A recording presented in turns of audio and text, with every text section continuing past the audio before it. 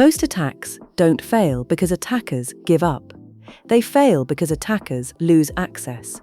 As long as access remains, the attack isn't over, even if nothing suspicious is happening. This is persistence. And in cybersecurity, persistence often matters more than intrusion. Breaking in is difficult, staying in is valuable. An attacker who briefly enters a system has opportunity. An attacker who maintains access has control. Persistence turns a moment into a position, and once attackers have a position, time starts working in their favor. Persistence is the ability of a threat actor to maintain access to a system across time, disruption, and defensive action. Not just once, not just temporarily, but reliably. If access disappears after a reboot, that's not persistence. If credentials stop working after rotation, that's not persistence. If malware vanishes after patching, that's not persistence. Persistence means the attacker can come back. Think of persistence like leaving a spare key somewhere in a building. Not in one place, in several. One under the mat, one behind a pipe, one copied without permission, one held by someone inside. Even if the front door lock changes, entry is still possible. That's how persistent attackers think. Persistence doesn't always look dramatic. Sometimes it's obvious, like malware configured to restart automatically.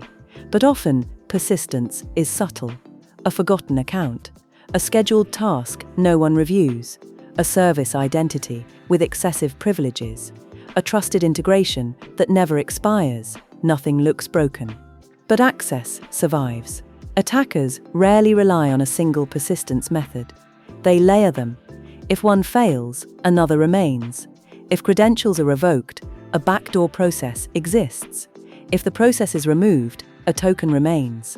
If the token expires, a compromised identity still works.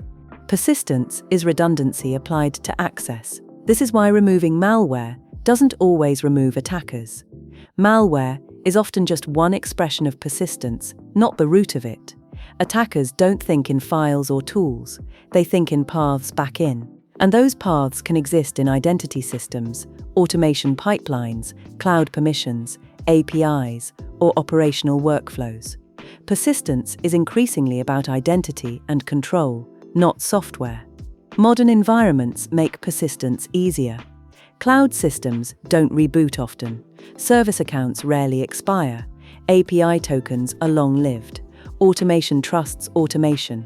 The infrastructure becomes stable, which makes attacker footholds stable too.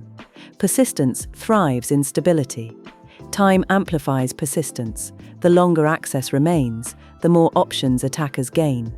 They map systems, they test permissions, they learn detection patterns, they identify valuable assets. Persistence converts uncertainty into knowledge, and knowledge makes future actions safer.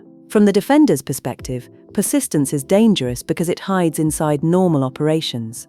Persistent access often looks like legitimate behavior, valid logins, expected processes, routine automation.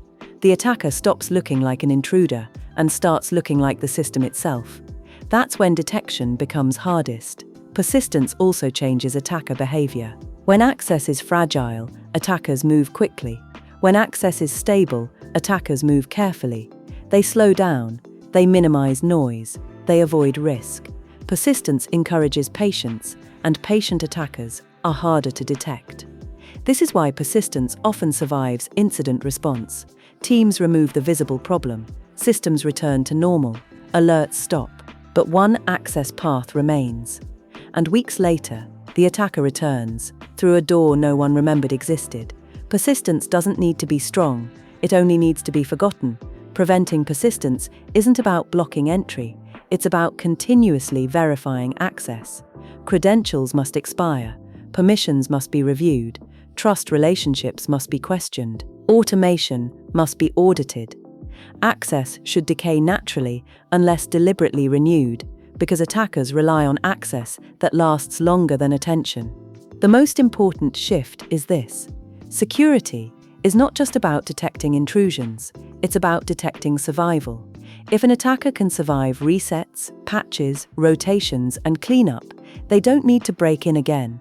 they're already inside. Persistence turns attacks from events into conditions. And once an attack becomes a condition, removal becomes harder than prevention.